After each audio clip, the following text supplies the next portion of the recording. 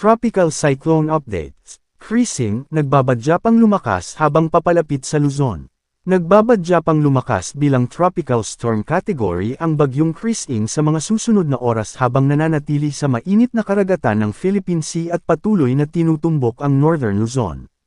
Kung hindi magbabago ang mga kasalukuyang ipinapakita ng mga weather model, sa araw ng Biyernes, July 18, posibleng tuluyan ng maglandfall ang bagyo sa probinsya ng Cagayan.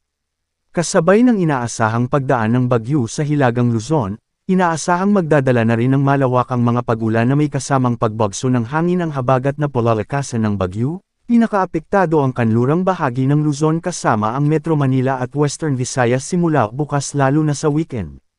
Maging alerto at handa sa mataas na banta ng mga biglaang pagbaha at pagguho ng lupa, partikular sa mga lugar na direktang maaapektuhan ng bagyo at ng malakas na habagat.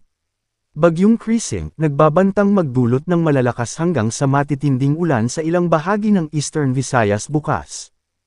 Si Bagyong Creasing, ang ikatlong bagyo ng Pilipinas ngayong 2025, ay ganap ng tropical depression at kasalukuyang nasa silangan ng Catanduanes. Lokasyon July 16, 625 km east ng Virac, Catanduanes. Lakas, hangin na 45 km per hour, bagso hanggang 55 km per hour. Galaw, kumikilos pakanluran-timog-kanluran sa bilis na 20 km per hour.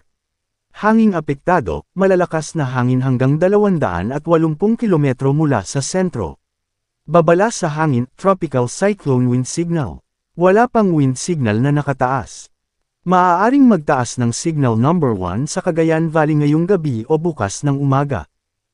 Pinakamataas na posibleng signal, signal number 3 and 4. Epekto ng habagat, southwest monsoon. Simula Miyerkules, July 17, hanggang weekend. Malalakas na ulan sa kanlurang bahagi ng Luzon, kabilang ang Metro Manila.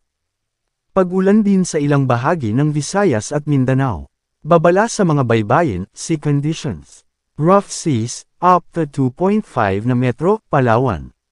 Catanduanes, Zamboanga del Norte, Camiguin, Southern Leyte, Surigao del Norte, Dinagat Islands, at Davao Region.